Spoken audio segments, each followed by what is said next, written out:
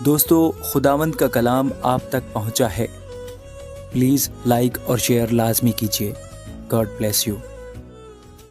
زبور 48۔ ہمارے خدا کے شہر میں اپنے کوہ مقدس پر خداوند بزرگ اور بے حد ستائش کے لائق ہے۔ شمال کی جانب کوہ سیون جو بڑے بادشاہ کا شہر ہے، وہ بلندی میں خوشنما اور تمام زمین کا فخر ہے۔ اس کے محلوں میں خدا پناہ مانا جاتا ہے، کیونکہ دیکھو بادشاہ اکٹھے ہوئے، وہ مل کر گزرے، وہ دیکھ کر دنگ ہو گئے، وہ گھبرا کر بھاگے۔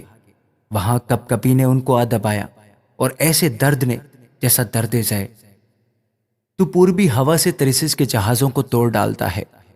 لشکروں کے خداوند کے شہر میں، یعنی اپنے خدا کے شہر میں، جیسا ہم نے سنا تھا ویسا ہی ہم نے دیکھا۔ خدا اسے ہمیشہ برقرار رکھے گا۔ اے خدا، تیری ہیکل کے اندر ہم نے تیری شفقت پر غور کیا ہے۔ اے خدا، جیسا تیرا نام ہے ویسی ہی تیری ستائش زمین کی انتہا تک ہے۔ تیرا دہنا ہاتھ صداقت سے معمور ہے۔ تیرے احکام کے سبب سے کوہ سیون شادمان ہو۔ یہودا کی بیٹیاں خوشی منائیں۔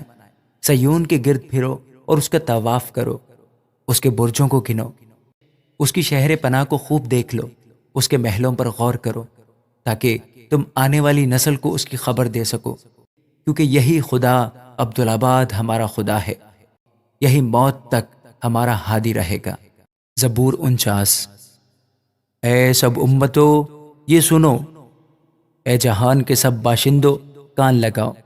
کیا ادنا کیا اعلیٰ، کیا امیر کیا فقیر، میرے منہ سے حکمت کی باتیں نکلیں گی اور میرے دل کا خیال پرخرد ہوگا۔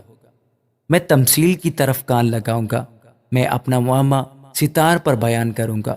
میں مصیبت کے دنوں میں کیوں ڈروں، جب میرا تعقب کرنے والی بدی مجھے گھیرے ہو۔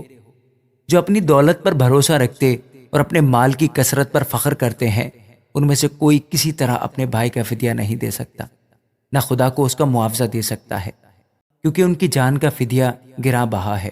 وہ ابد تک ادا نہ ہوگا، تاکہ وہ ابد تک جیتا رہے اور قبر کو نہ دیکھے، کیونکہ وہ دیکھتا ہے کہ دانش مند مر جاتے ہیں، بے وقوف و حیوان خصلت باہم ہلاک ہوتے ہیں، اور اپنی دولت اوروں کے لیے چھوڑ جاتے ہیں۔ ان کا دلی خیال یہ ہے کہ ان کے گھر ہمیشہ تک اور ان کے مسکن پشت در پشت بنے رہیں گے۔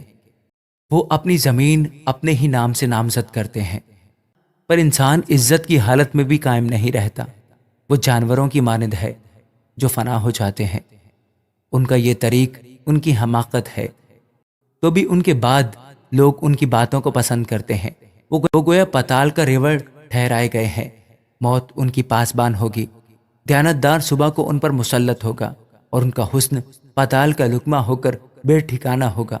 لیکن خدا میری جان کو پتال کے اختیار سے چھڑا لے گا، کیونکہ وہی مجھے قبول کرے گا۔ جب کوئی مالدار ہو جائے، جب اس کے گھر کی حشمت بڑھے، تو خوف نہ کر، کیونکہ وہ مر کر کچھ ساتھ نہ لے جائے گا، اس کی حشمت اس کے ساتھ نہ جائے گی۔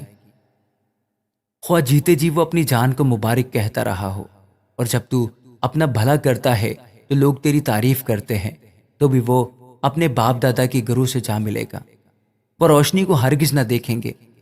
آدمی جو عزت کی حالت میں رہتا ہے پر خرد نہیں رکھتا، جانوروں کی مانند ہے جو فنا ہو جاتے ہیں۔ آمین۔